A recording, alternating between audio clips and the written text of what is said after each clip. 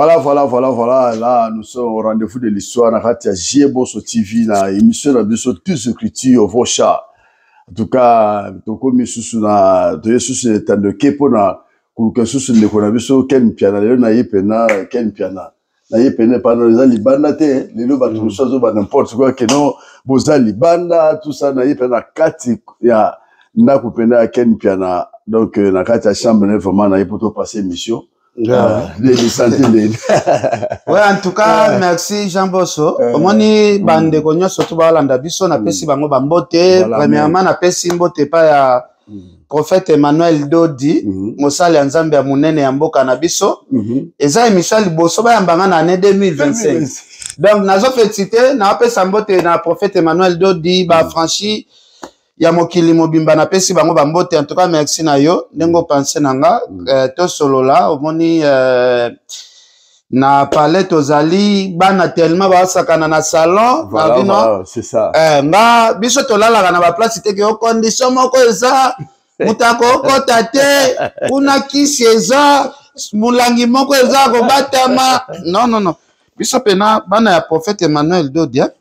calendrier na biso ya 2024 yango yo 2024 sili je pense il faut battre de la calendrier mususu na Kinshasa donc photo ya prophète na biso Emmanuel Dodi yango wana donc biso pena toza na référence ya église place to sambela parce que visa ko sambela mobulu vraiment ken na sepeli vraiment yango na sepela toujours ça l'émission na yo parce que au sentir pena que on est la mission la fois passée changer le marquant mais yo parce que on a tout nouveau marqué le moni a pas dans ta chambre na yo mais quelque part tant que tu bien to kota mais elle mon ensemble visitation mais ken peut aux amu tout bon va na milieu wana ya ba Koffi Olomide ba binga yo ba tundingi na ndenge ken vraiment qui populaire ken vraiment succès Maramibeli ken piana mais sikoyo na c'est moi le comment ça va te lo mota musu za te kati na yo aussi makite bon na yebi sayon de konangai depuis na banda musala oyo na tikala osimba kisite je pense chambre a eza place na bomba blo omoni lelo na ba chambre ba tia blo mingi na ba couloir voilà zelana l'accès eloko moko parce que pourquoi lo bo ken na zana biloko moko boye to ebite na yelo na nokesi oyo to fongola kaka ensemble ouais parce que nous comme belé et to fongola kaka ensemble bande comme belé ken na ko banga na ken o bemi na chambre awa soko tali okutoka ba visi mo il faut ba so tali o mon ça vide bande ko balanda biso pe vide non vide pe vide non vide soki na frisi ba caisse oyo soki na suka émission o tombola na mbetu yo kaka bon na mona Paul vraiment na ya biloko na nga nyonso tu oyo ezaka na chambre oyo mutako obomba ta mulangi oyo na kozongisa zongisa na yo wana vraiment na kobanga mamutozo mona yo aka kuma nzambe me mamusoza na kati ezo mobangisa quoi parce que ba succès oyo par-ci par-là na ye awa na ki ba téléphone na ba téléphone na ndenge donc ana na koki kozongisa vraiment pesa li ba caisse je pense yango il faut que tala oui na mona ba nini ouais c'est bon pesa ba caisse je pense ba tu ba mona voilà c'est ba donc eloko ezate awa PDG eloko ezate pona ça po na yebi déjà ozala assuré na koye eloko mabe ezate awa sikoyo fongola awa pe na moni eloko ezate ga ilamba mwana awa pe na moni eloko ezate ba biloko nyonso oyo mutako obomba biloko mabe yango na elio donc biso to ba chrétien ça va ndako ya chrétien ezalaka nango na biloko ya mabe te parce que omoni keni komona mabe te nazali na posa to poko pe toza kata chambre na yo poko mapenda mutu na kata chambre bo fo beze confiance pende ça la peu mapenda kino biloko ya mabe ezate eza chambre ya chrétien d'azofanda moi je pense eloko moko ya malonga ekozala eza nango te nazaka na deux valises oyo ezaka yanga parce que oyo eza chambre ya bana te ba valise yango soki pe kofungola Non, on a déjà valise ma valise pèse on a passé. C'est là. Il y a un fongola ngata na suki émission soko za on fongola penda. To ça na yo émission. Na kata chambre. Peut-être aux autres douter na ngata kina na kisi. Kasi. Ezala oyimba. Olobao ke na bombi eloko na sima ya boro yo. Ya ngwana na longoli kuna. Nasi ozomona oyo za viteni ya banini wana autobus ça meuble complet quoi voilà na bombi eloko moko te donc ezbiloko to eza complet donc soki kisi ezali ofongola ba valise oyo okotala soki eloko moko problème ezati OK bon en tout cas Ken a continuer na biso merci beaucoup mais na habité pourquoi obandi mbala moko ko vérifier nga soki naza ba kisi parce que au monio sincèrement banos en milieu na trop ba kufi banos a toujours même dernièrement de tourner la toujours question moko nous a qui na ba kufi le midi na mon fléri na mon fléri na ba kufi le midi est-ce que na tout na est-ce ba proposer au teta musumo kisi au mona ki mo boyo bien ba simiso mo logo mo beauté na batuana ke non voilà pour un succès bon na yebisa yo ndeko nanga JR omoni mutu nyonso tu oyo afrekataka Koffi Olomide soki bamoni ona Koffi une fois deux fois moi trois fois eza moi normal mais soki ofréquente vie wana trop eza moi un peu suspect parce que kotala lelo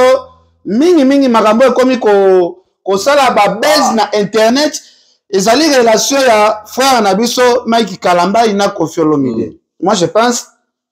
toka ga kombo akisi ke mutu baza na kisi mutu ba simba biloko mutu baza ba temple mais tozalaka na ba preuve na ya ba biloko wana te menga sikoyo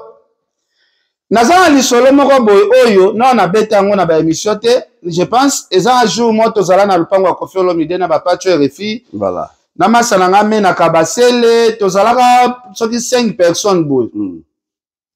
sikoyo namoni tosola tofana mwa seke tosola na Koffi ye moko nzambe na nga zoka to 2025 na Koffi ye moko tosolola wana nini eza bane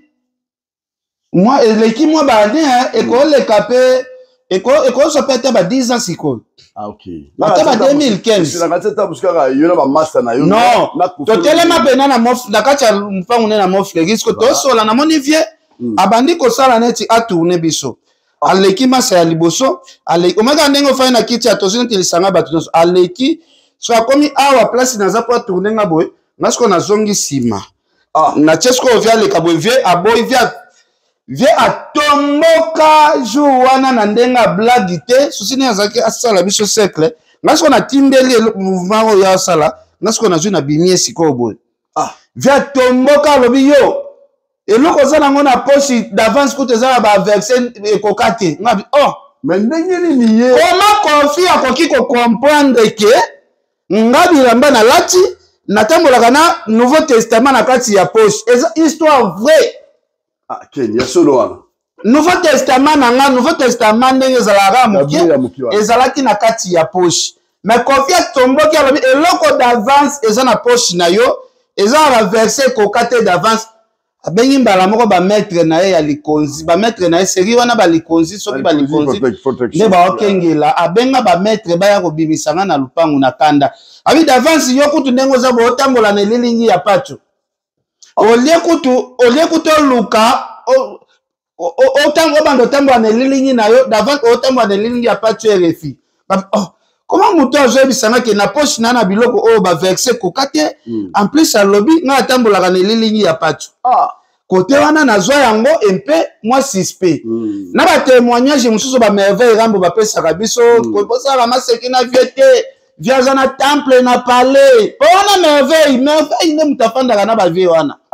ke vie aza na batemple wana toyebi te eza temple ya église eza temple ya mystique eza temple ndenge nini wana merveille rambo moto abetelaka biso masolo ya batemple oyo vie aza nango na kati ya pala banga kutunga na pire petit na kati na kota tina temple masolo ya batemple wana toyoka yango mpe na monoko bazobozi toyoki mpe makambo ya bato bakenda kozwa masolo na makambo na batemple toki ba témoignage nango ti epa ya bandeko na so badakuda donc na témoignage ya muke soki lelo bato balobi eza na ba frère mususu bakenda kozwa bakisi musu biloko epa avie soit ba bible o etonda ba verset parce que via lobaka eloko wana ngona poche d'avance que tu vas verser kokate na bite question na ngeza mona ki yango ndenge nini problème wana siko ndeti lelo na sala calcul amona ndenge nini ayebaki ndenge nini ke nazali na Nouveau Testament na poche Kofi akufina nute na sala mission Kofi akufina nute Kofi aza vivant ayebisanga lobi eloko za nango na poche d'avance que tu vas verser kokate sikoyo eloko lekela sikoyo via lobi bongo siko batu tozalaki na bango ba comprendre te pourquoi lobi eloko wana ngo na poche ba verser kokate batu ba comprendre te mais ngamoko tellement nazalaki na Nouveau Testament na poche na yebaki ya lobeli yango siko na kamwa ti lelo na kamwa ka pourquoi alobaki bongo pourquoi ndenge nini ayebaka en plus à chaque fois plus de 4 fois boye na ya pas Kofi eloko liboso tuna ngaka obotama na mwani ni dati ni na neni ya solo le micro tuna eloko wana non eloko wana tuna nga trop na boya pe kopes ko ebisa e parce que na ça comprendre na question azong c'est la nga ngo trop pourquoi aluka dati na nga na mwana nga na ane na nga na profit nango ezani ni parce que ya zanzambe te azo ala besoin nango boy pourquoi mais bande ko na ngai ezali eloko moko na koyebisa bandeko na ngai oyo bofongola bana na bino ba page Facebook voilà bokeba na badati na ba mois ya bana na bino botiaka yango na réseaux sociaux date na mois ezali code ya mutu oyo n'importe quel ndoki ya famille nyonso akolia yo parce que na santé yango vie aposanga bakestion na mbalebele sikoyo tunanga sikoyo nini natambola epai ya baartiste musicien ebele non nayoka genre ya bakestion wana te vraiment en tout cas mais toyebi te sikoyo temple oyo baloba oyo bamaiki bakenda kosambela kuna parce que Denis lesi ye moko mpe toyoka mpe ke azwa mpe masolo na temple est-ce que eza na bible oyo eza complet ok bon omoni nana toutes les questions mo eza na sens que donc tant ba bimission na lupango akofolomide ba bisaka yo ba massa to batiki bango yo batika ba massa ba chassanga pena ba tombolanga pena na ba maître ba bwakanga libanda lupango voilà na bete masolo kutata ba maître ba bimis donc mo pa wa fâché ya ko fâché yango siko moni yango yana lo basiko ke ezake et le moni question na tout ça que pourquoi batu ba musicien ba sebele pourquoi lo baka su ko follow me de ke ye mutu apesa Denis lesi ba bongo ba pesa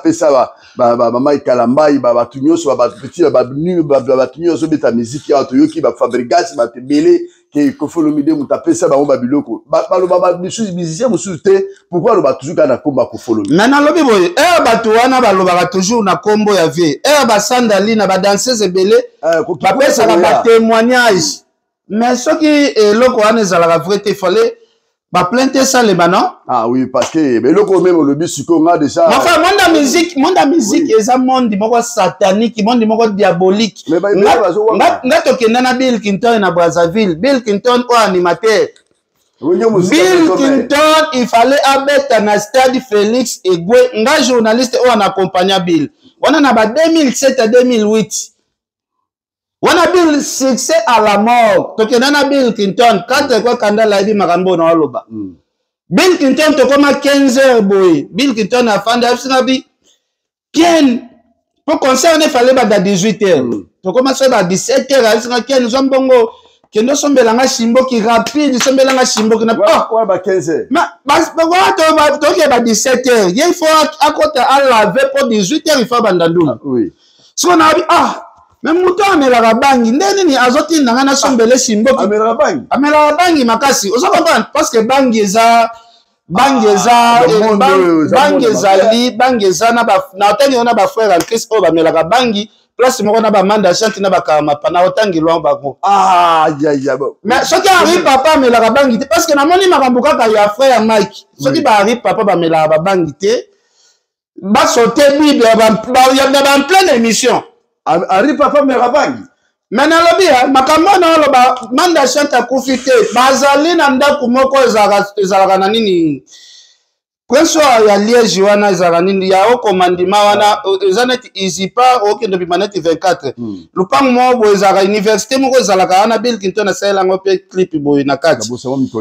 ozo comprendre eza place oyo basanganaka bafrère en Christ na bafrère en Christ na ba artiste profane bamelaka bangi chaque jour. Mais c'est que wana ba kena bangi neni ba yeba na kilwa ke mela bangi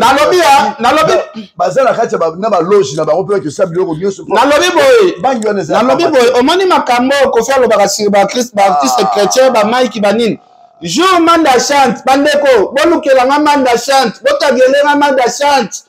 bolukela ngai manda chante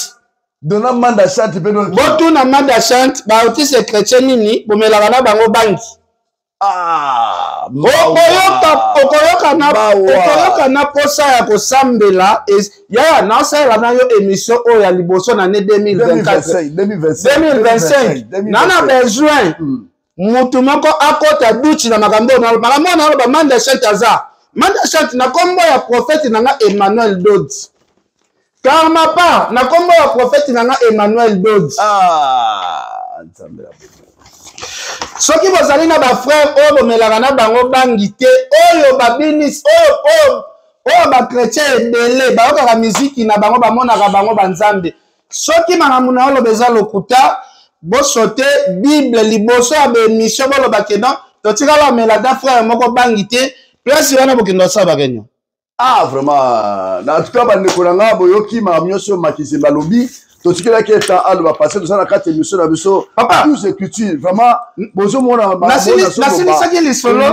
nasilisaki lisolo ya Bill Clinton te Bill Clinton amelaka na ye bangi sikoyo abisinga lobi kende osombela ngai cigarette bandeko na ngai boyoka lisolo boyoka cigarette wana 12 écriture na GMOSO TV première mission na biso laquelle nous allons makizemela 2025 donc landa lisolo comme ça ba commentaire na bino sala biso bientôt yo kama munini ken bande kona ngai depuis na botama na tikala kumela shimboki na vi na ngai te Bill Clinton mutachi na ngai na kende kosomba shimboki libanda pe parti wana ndo ko bela shimboki zela tozo kende malembe yoka cha to kende malembe bakizembe bakota tangai lelo toki na commencer chaque jour soki na amela shimboki na rezonaka jour Bill Clinton atindanga shimboki zela tokende na malembe zela autoroute zela Bill Clinton atindinga bizombongo kende somba shimboki rapide somba ngeza la detige na okita boye baba Bill Clinton abima na fenêtre immeuble mais keni sala noki po sala noki kolekisa yini minute te na keli banda wana na Brazzaville Notel Safiri na kembangu papa na sombi shimboki pa petit moko akwe na ye na koti na koti ole yaza shimboki na yamela na yeba te soki Bill Clinton jour wana atoni saka stade wana na ngenge moko yibaka pa nanga na yebite Bill Clinton azui shimboki alobi ken melango ekoma katikati ekomi katikati stoppe benganga na ya kozwa wa Bill Clinton na koti na douche nabe dabadi na obenda na yebi makambo ya cigarette te abi mutu mususa simba cigarette yote kaka Ken nde amela kaka Ken mais Ken excusez na Ken yo pena wono za ba âge na kokisa ta 21 na mwamuke mais 20 mais à partir de 18 ans yo na kokisa ta 21 comment oso comprendre que non mutu musa mela likayate kaka yo oso comprendre que il y a quelque chose qui se passe yaya eza kozala flou kozala na lengi ya kolanda ba musicien akoboka yo oui azoka avoage na yo autaki amemaka wakananga ba place ebele ozo comprendre yaya pongam artiste liboso o amatisanga avion c'est Bill Clinton on a kendane kananga na ba papa Lutumba ba mama Chala Mwana ba papa Pepe Ndombe voyage papa na biso Zanga Mobutu azalaka kuna ba Vital Kamerhe na ba Kengo Wadondo donc wana série à Joseph Kabila le même avion te biso avion automatique eza ba musicien nazo occasion ya komata avion wana Chala Mwana papa Lutumba papa Pepe Ndombe ok jazz mobimba na nazo occasion matana bango avion grâce à Bill Clinton donc ndeko na ngai lisolo ya cigarette bandeko beta eza neti nde tofandi boye sikoyo porte ozomona ana oyo eza chambre nanga porte wana eza mpe chambre mosusu me eza neti sikoyo wana sikoyo badushe eza nde wana sikoyo na point so Bill Clinton ye aza na kati ya dushe me azotuna kene ekomi nao katikati te kene atyelenga de ana mesure place so ekomi kocontinue te nayebi na bimo seigneur ekomi katikati papa abima na sous-vêtement ya mai azwi shimboki akoti nango na toilette shimboki oyo bayaki oyo nga na bayaki sikoyo ya ndambu tala makambo naona baBill Clinton akufi te po bato mosusu bayaka kaka bazeli o te akosaka Bill Clinton makambo na oloba soki na kote lokuta eza te moke loba na émission ke ken mpe naza motu ya lokuta Bill Clinton makambo oyo nga na lobi soki eza lokuta soki na akosele nde eda komunda maiki kalamba azowanga na ye ngai naza wa loba yaya loba toleka Bill Clinton akoti après talaka ndambo ya simboki Bill Clinton abeti 30 minutes yaya basponsor bakomi kobenga Bill Clinton na telefone babi Bill il faut olata mbangu oya stade elingi ebuka na bato baleki plein moi tokotisa bato mosusu eza te ozo na comprendre na bia Bill Clinton asalisi ne eloko moko boye nga na bendi biloko oya kosalela cérémonie on a ndenge logique bokofanda na Bill Clinton pendant une année asimbaka shimboki te le jour na ngande jour ana siko na kamwe avant akende ndule asengi shimboki yaya mutu azalaki na douche bilamba pena azobima sikoyo bashimboki esili nazomituna oyo Bill oyo tozalaki na ye ou bien oyo monstre nde mutu abimi osante mutu achange marke akomi marke moko boye neti acteur de film okita na mutu oyo toma akomi neti mutu mosusu oyo tozalaki na ezango ya mosusu oyo sikoyo aza na akomi neti mutu moko ya somo kwa ozokoba donc musique eza na baréalité ebele nga bana na nga lobaka bana baoka conseil ya baparent te nakoki kondima mwana na nga tia likolo na porte oyo musique ekobetama te omoni ndeko na tuna question c'est parce que moni ebele bazodouter nakoki mpe kozala lisusu te bureau ya artiste ou camarade ya artiste lelo na la 2025 na oyo nyonso tu na vivre na monde ya musique yaya tokenda Angola na héritier Watanabe na ba Juvenal na ba Adam Siluzolo tuna ngai nini Makizembe kototo le kadi tozala kata tous ces cultures la Jebonso TV za première mission la mission en 2025 na Makizembe to le kotoroute ya mwana ndekato ke na ndeko na ngai obo chala yaya na komba prophète Emmanuel ndodi na kosa yote mais tokenda ensemble héritier Watamema biso tokenda Angola na aloba likolo kaka tolinga tozoma na ebembe moko ya nani masa na biso Juvenal Kibala nga akufa tunanga siko nini tofanda après ndule ya Atlantiko héritier Watakotisa liboko na ye na kiloti ya se abimisa chaîne mobo ya neti chaînette sikoyo aochango na kingo ya Juvenal. Pourquoi? Na évité pourquoi azotia mais omoni na ti osa eloko mo bozo palpiter na eloko ozo sala o palpiter. Wana héritier. Héritier ko yaya tozonga hotel place tozo fanda tozonga hotel. Juvenal apika crise akangami na komi ko benda Juvenal wana Adam Suluzola yebi makambu oyo na benda Juvenal na bi yaya ngai na nazo telefone na nga na bandi ko swanisa héritier ndenge toyaki eza ndenge tokozonga ndenge toyaki eza ndenge tokozonga ndenge toyaki eza ndenge tokozonga pe il faut oya awa mwana batu awa posa zonge denga yaki wana yo mto bengi héritier wana sikoyo pacho refe sikoyo mutu deja ya kotaka deya ba monde mystique bapere na bango bapekisaka babi voyage na kokende te eza voyage moko ya sacrifice pacho asayelango deja émission abelelaki na kete po sacrifice eza awa ya journaliste moko ifa kende so na bandit ko belela na bi seke maloba o pacho lobi na internet masa na biso ko na bandit ko benda Juvenal Makolo au nom de Jésus. Juvenal qui va peut-être akoya peut-être ko contredire Ken pona ko sepelisa so héritier peut-être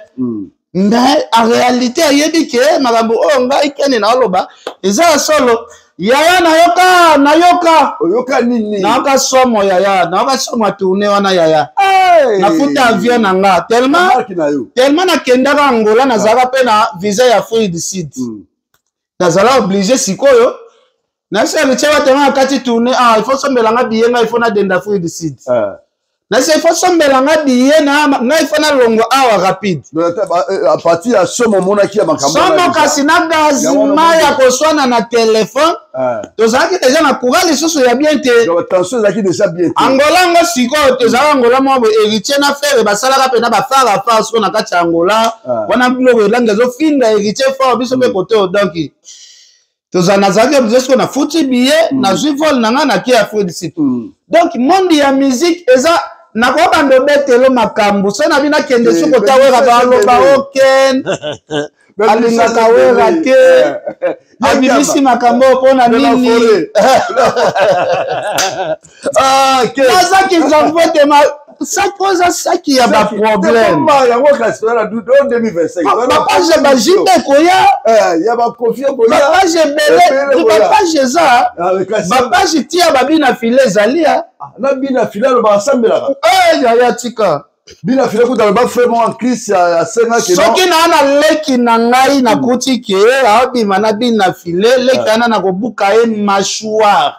na makofi mais il y a le bac à ça mais là je vais pas prophète nani se va passer nani frère excusez-moi frère mon Christ abenga et que non azana fosa succès il y a bise que non ngaba ma kisi na bien ngote donc yaya omani makambo nga na mona ya musique na soki na obina beteleza livre ya mobimba talaka nga na zo rendez-vous na Fabregas ke lobi fo ya 7h banini oben ba plan banini na pala Fabregas ya ma campagne nazo pe papa na keshe Fabregas Fabregas na toke bo te rendez-vous za 8h na toke bo mutu na bimi alobi no via bima ki 5h na bi via 25 na rendez-vous to zaine na soir bima 5h ndeni mbaka moko sikoyo yaya oyo ezali makambo bato ifo babongwama bato ifo bafongola misu bolanda nzela ya kosambela kotika makambo ya miziki ebele balobe bongo fali ozoloba papa na okende tina suka pas à part lelo malé oza première mission na 12 écritures na GMO sur TV là oza première mission 2025 donc le 2025 oza janvier 10 décembre là vous les amulaï 10 décembre nyonso oyo ba kila kuku ekobima na poisa ezo bima toujours quel plan osakoma na yebo ba Fabregas azate ba na bengi Fabregas na chombo Fabregas abi no ya zela na nzela na zoko mais abimaki ya solo pena ya solo ya Fabregas na monika taxi moko ezo siko bato mpango na bite boko tse azela na kati ya lupango moko ba toki rapport pipipi ba fongoli porte ya Fabregas eza ba histoire eza ko luka ranking te mais ba fongoli porte ya lupango ya Fabregas comprendre ou voilà na moi taxi bon boy kaka epola ekoti yaya taxi Fabregas joue wana façon alata différence na moto ya liboma ali na full ezate makolongulu Fabregas je me vois notre artiste c'est vraiment makolongulu na bilamba ya salite auti wapi natuni na bi mais bo ndenge nini ndeni otiki mituka na yo ya Lux biloko ya Lux oza mutu ya bilamba obengisinga kutu nazwa bilamba me bo ya biemo bo ndeni na biken miziki otosalaka yana makambo ebele wana yemo Fabregas ya bisinga lobi maître abengisinga pena rendez-vous bina raté te so na 5h fait betelanga na temple ya maître de senamba 5h pena fait betelanga kuna la Fabregas bizarre na biment non c'est grave à côté parler azui assez moko apesinga bilamba ebele apesinga pe bilamba yo pozui Nazui. Na ba condition Nazui bilamba na mais comme ina mona ki déjà place ya outil na biloko apesinga nazui ba biloko wana na badi ko kabwela ngo batu. Ah, au salagi bien. Na badi ko kabwela ngo batu. Musique eza faux monde. Ah, ne connaissons moni bazo bakeno bilo bina biso mon peuple périt par manque de connaissances mais que non bien on a comprendre non na so comme bande comme so na ba musicien na biso eza baza envoûté. Envoûtement. Baza envoûté dans le sens que même bazo comme mo bato zo loba mais bazo kana ba raté bazo kenekaka. De baza envoûté. C'est là je comprends les envoûtements. Comprendre. Les envoûtements grave ya na ngai na yebisa yo lelo to sa l'émission donc bande ko na ngai. Bosa la prida parce que awa bosa la sujet ya Mike Kalambai Mike Kalambai tomboki bonde nini un pasteur ozoya ko répondre mutu asa kufi en plus fa Mike Kalambai soki nga lobi na kota neti ba sujet ya ba relation na yo na ba lekechu na bozaki na ngona ba jazz donc so Nathalie mais c'est scandale so Nathalie pena mamo na yo zo de ne da kumuda lobaki par rapport na ne pe zo boza lobaki no mo changer zate différence exacte parce que na ozobo zia awa na lobi bo na ndeko na biso mi yene maza na France awa na lobi bo omoni kombo o ezobi ma beaucoup plus ezaka ya Mike mais ba frère yango baza ebele manda chante soki aza sincère na makambo na loba soki manda chante la nzambe ya solo eza janvier bomba passé 10 décembre ezebele mais manda soki na kosi bandeko bola na soki na kosi boki de manda chante boto na ye Ken Mambalo beza solo bien à l'okuta. Boto na karma pas. Est-ce que mon ba frère en Christ te ba me la bangi liboso ba me la bangi te? Ah vraiment ça mawa. Yamo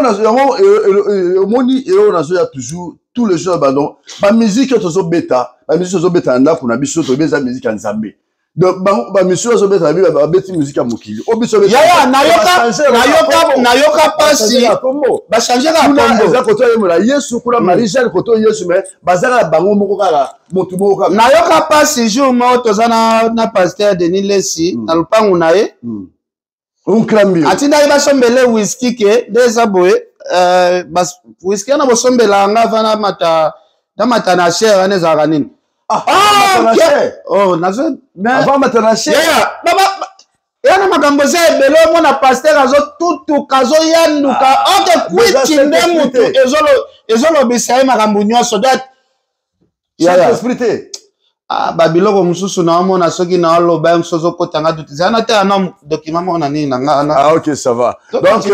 yango toza la carte émission na biso na Jebon TV na 12 écritures o eza première émission na biso en 2027 to baki lelo tozo kutana mutu na biso makizibe na bi misaka babiloko nyonso belé te na moni ni biso na garder kaka garder ndeko na ngai yango na baba omoni toza na émission mona sala na pe émission moko même ça na kati na télévision na Jebon TV pa likana azala émission moko ça pe na Jebon TV mais aloba bien que mamuso aloba te émission muso na aloba ke no ye so azo bi tant no c'est pas pour follow mide so bazo bi moi c'est mba deka isa tout ko ta kuna te bana ba na émission na biso na kimoko to comprendre so bazo sa na bango na chambre ina pour follow mide donc il faut le mettre à ba kwa na mutolu ataka ba kwa ni longi na mais il faut le mettre comme sango comme évêque comme nani deni sanda na babiloko wana pour sanda na tilelo aza vivante akufate mais veut apporter une plainte mais sanda na loba pena biloko wana biso toyoka est-ce que ça ya moni ba dega oyo pena kwa ni longi na mutolu so zo sanga voilà siko babiloko ya bongo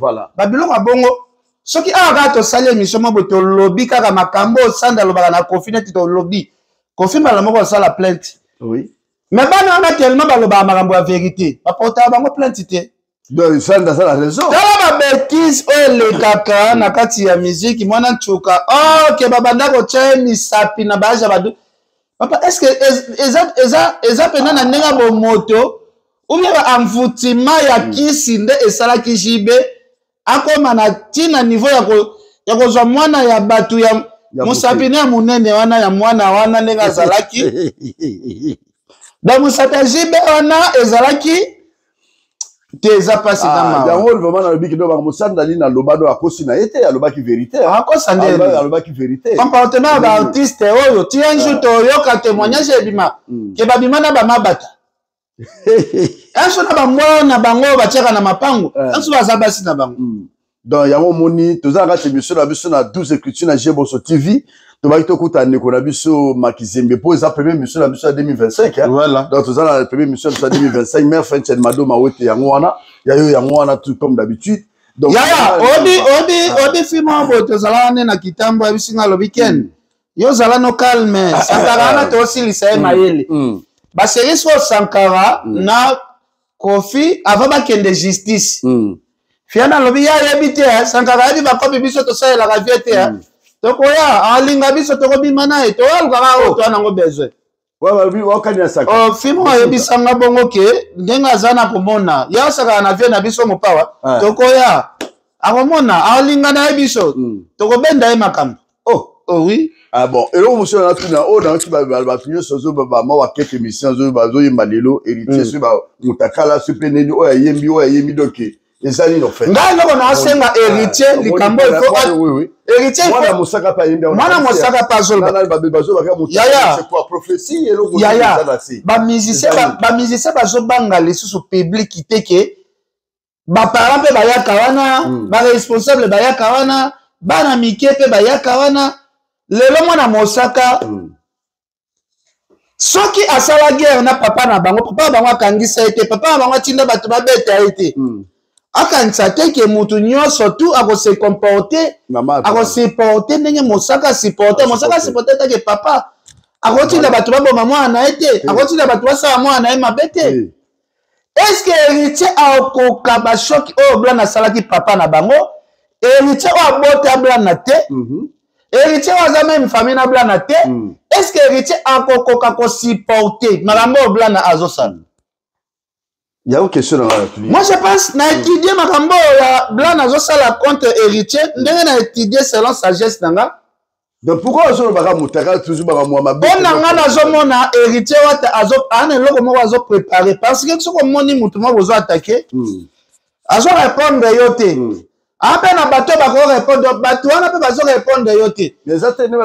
on répond imbécile par le silence non eza eloko moko boye peut-être bazo se préparer peut-être basala eloko moko boye l'état aya koluka peut-être héritier te po héritier abimasa indice ok ke biso toyebi na biso makambo na ete po tozali na guerre na ete toyebi ete bon lakisa vidéo moko boye oyo mutu na biso moko azolobela mwana wana donc héritier azoluka baraison moko boye peut-être parce que na niveau oyo blanc azotouche le héritier c'est mieux héritier azala na baguerre na ye na bafabrigaz bato na bango héritier na blanc oui muzeki ndingu pe tozomona pe même muzeki ndingu bato héritier bazoya chrétien muzeki ndingu te baorépondre te mais eza nini baorépondre parce que ezaka so touche mais eza pe impolitesse quand même héritier aza pe responsable quand même nazoyeba te koyembela ye mutakala mutu oyo azotika fleur yango ezala bongo c'est héritier wata héritier face à s'appliquer héritier il faut héritier asala quelque chose mpo na bana wana bazwa pénition na bango parce que trop c'est trop mais c'est trop parce que bazo bango trop hein ezolo bango trop na bani donc bazo ba toujours héritier aza na famille na bana na ye bana le héritier lelo baokola lelo baoka wana eza kodénigrer nayebi te soki basala campagne ya kodestabiliser héritier tina baniveau wana ce n'est pas bien mais ndeko na omoni eza bamisusu nde bakomi nde bafolie moko boye ya koloba ta mosusu na ndeko moko nayebi kombo na ye te nalandaki vraiment limisanga na poser question c'est comme si osaki émission na ndeko moko boye moto azokoma ya wana azobaka eza bamvutuma moto azokoma keno balia na bango ngana kufa mpona motu tela azwa succès mpona atone sa stade bon wana eza ndeko na biso mon cœur azakokoma na niveau wana aza warion ya lobi apréféré soki fali alia bato alia yakende na ye mpona fali atone sa stade de martyr langage wana meme nga esala ye nga mpasi yo oloba maloba na yo olobi yango na caméra lasi fali alalaka oyebi te basérémonie fali asalaka mpo aza na succès ne ya makasi bongo oyebi te parce que mokili eza mystique afeta mosu ata afali te mais motu mosusu mpeka na liloba lobi wana mbamoko te motu mosusu kutu te donc ndenge ye azala na ndenge ya zawana vie na eza déjà très dangereux mais ndeko na moni ma musu na zoba atako tozola na batu na sima atako tamvutuma ngo beto zape na ba réserve herbe bo omuna keno eza musu na rolo omoni batu fa banga nzambe batu fa banga nzambe mais avant na ya fona samela nzambe est-ce que il faut na pesi bomo inanga te pa inayo na kopesa na nani soki na pesi bomo inanga te pa nayo na kopesa na nani tout ce qui tue na Yesu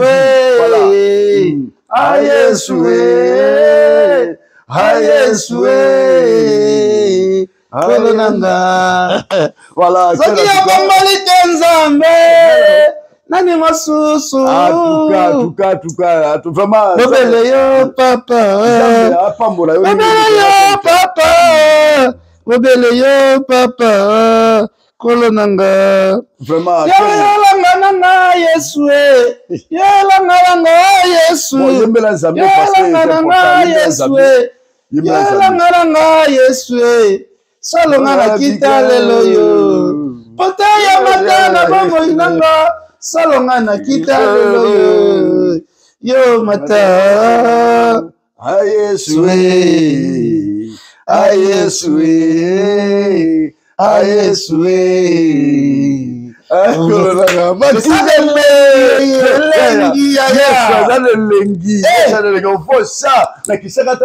Yesu sa de la Yesu elengi vous comprenez en tout cas félicitations que robi nzambe pena linyo mingi bania ko mbatia ba monde wana ti lelo ne ba no kele yeba eloko to betera kala mingi te via beteni no pena tour mais yo bimi mais biloko ne wana pe ko zape muto za pe so mais bela ya bato bazangalo ya nzambe ngana kokyo wanga na te ngana zana kati Dans la bateau, bazungolu ya nzambe na 2024. Est-ce que ngana kayanga nango lelo ke ngana ala kade ko na biso soki na pousse la péripérie pour ça émission c'est parce que na comprenant que non au ça émission na yo maramuno mais vraiment tchan nzambe pe na première position même tina na ndako no awibsia René zira nanu na betana ma prière na sala mamnanga comme ça to ban émission donc on a pena que non makolona vraiment aux na kata nzambe na sipanelu ko na mingi. On comprend. Yaya siko tunanga nini ndeko nanga René. Omoni ndaku oyo oyambinga oto fandi. Ndako kitoko. Obi ke ngana zwi dara zo appartement na na mukana morote. Ndako. Mais prophète Emmanuel Dodi Dieu me voit. Vraiment. Prophète nanga Emmanuel Dodi atindelanga munga biken kende ko lukanda. Na mona makambo minene zo ya liboso. Écoute déjà na ndaku wana okosela ngo regroupement familial. Babi papa nano ba répondre ngai te papa nana mukandati na ba abi kende nzambe nzambe asala Emmanuel Dodi na carte orange mutapesa yo appartement ya 3 chambres yo kotaki ouais mais oui on a yebi na moni déjà ko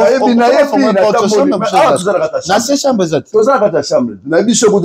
yaya prophète atun atebisanga bi kende kende nga moko na otindela yo mbongo bon omoni likamo lobi la prophète en tout cas limbisa ke na zo na parce que moni dernièrement avant dakumuda kufa avant ko fréquenter ça ko sambela na ministère des affaires pas prophète Emmanuel Dodi voilà mais na moni na dakumuda na landa biloko na nyoso alobi mabe pona mais pourquoi alobi pour Mike Alamba siko ya biso moni nga question na ngeza la passer na tia kufi ne ba tout ça est-ce que parce que on est bien l'émission notre saki dernièrement de comment c'est la commentaire que Emmanuel nani prophète na pas ma kabunayi mais nani dakumuda pa non fréquenter donc l'église kuna mais alobi mabe pona Emmanuel Dodi prophète Emmanuel Dodi alobi ga pona Mike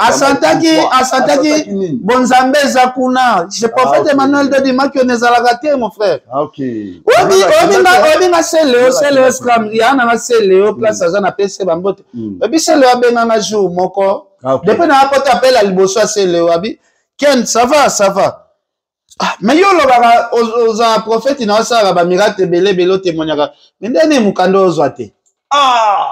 papa wana nanu na kokisi atayi na nete na mais sale alingi abomba dende prophète na internet iponga na zwi mukanda te ubi eza nini mais nzambe papa na zwi mukanda na nga na kokisi déjà te zamba zo lokumu 2 ans n'obété banana zo piège moko boye ya ko mesurer prophète pona mukanda Dieu veut pas mesurer prophète mosala nzambe ya munene pona mukanda nanga mais ba quitter que nga makambo nanga silaka na espace à 3 mois. Quelle grâce. Et ça va mettre makambo esili ko babenyo bayoko ya suka bayoki yo pe ozo zelande réponse ya reliver ba faire ya on la comprendre parce que ba to na sala 3 mois pa mazamba pambolinga ba bando futanga makambo nyoso ah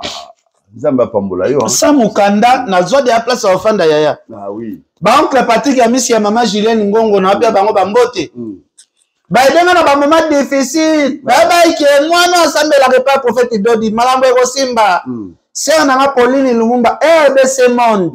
Yaya nazala bwaka batu na poto tout le monde basukola maboko. Bakima. Nazala batu bakima. Sœur na Pauline Lumumba kimanga te tikanga ite. On connaît les bons amis pendant les temps difficiles. Voilà, tango ya pasi batu bazo ya pemena batu na ne bazata bala mais zata ya po ba mi ba comprendre te que nous a ignorance mo temps mo nous avons quelque chose batu bazo pousse la pemena nga zaza batu na yoti zela mo koloko na pasi ndeko yeba ba oya yo biso to kuta biloko wana que no batu bazo pousse la mettant comme na pasi batu voilà même personne bakimi batu mususu wa mona biso na te batu masumu batu moko ya pamba mais toza makambo mususu o to ko sala te lelo ngana tu appelles la film sous père sous fréquentateur sous moi les solos tout ça mais aujourd'hui ça moi si ah quel fona na tienne la ta vidéo non vidéo te faut ça la prudent parce que ba vidéo il y a mabe ko tia ba téléphone et ba risque belé mais ba pasteur ba Moïse ba Maïki ba samusa ba sina bango ba fina bango Maman, ce qui est lié dans qui vont vivre, Hélène, on a vivre dans mon tunnel, on a mon tournoi loingué. Nous autres, on a un bon qu'il y ait bien monté. Ce qui est à vivre dans mon tournoi loingué peut-être. Nous avons bien sûr un mobile, ne peut pas passer. Tu vas faire la banzambe, tu vas na cher. Bazo la sabiso zoto de bango pena ya biki ah biki quel budo tala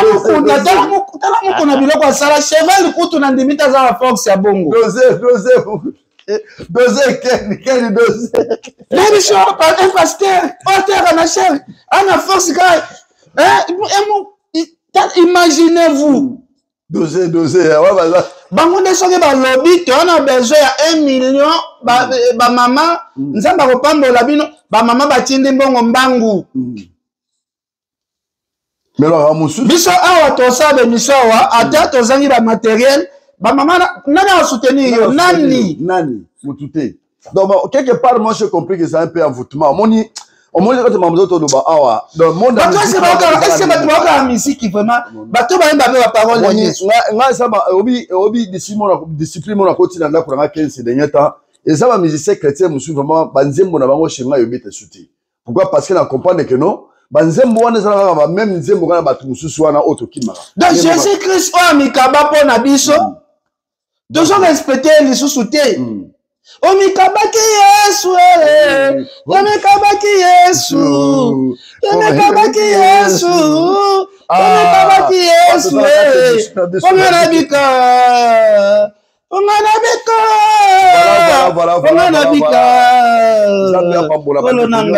Jésus Christ amikabi mobimba pona biso mais quel ça peut mal monter après bandeko Jésus Christ amikabi aoki pasi andimiti batia na kwa anjatami basete ongana yo to kokate akufili wa somo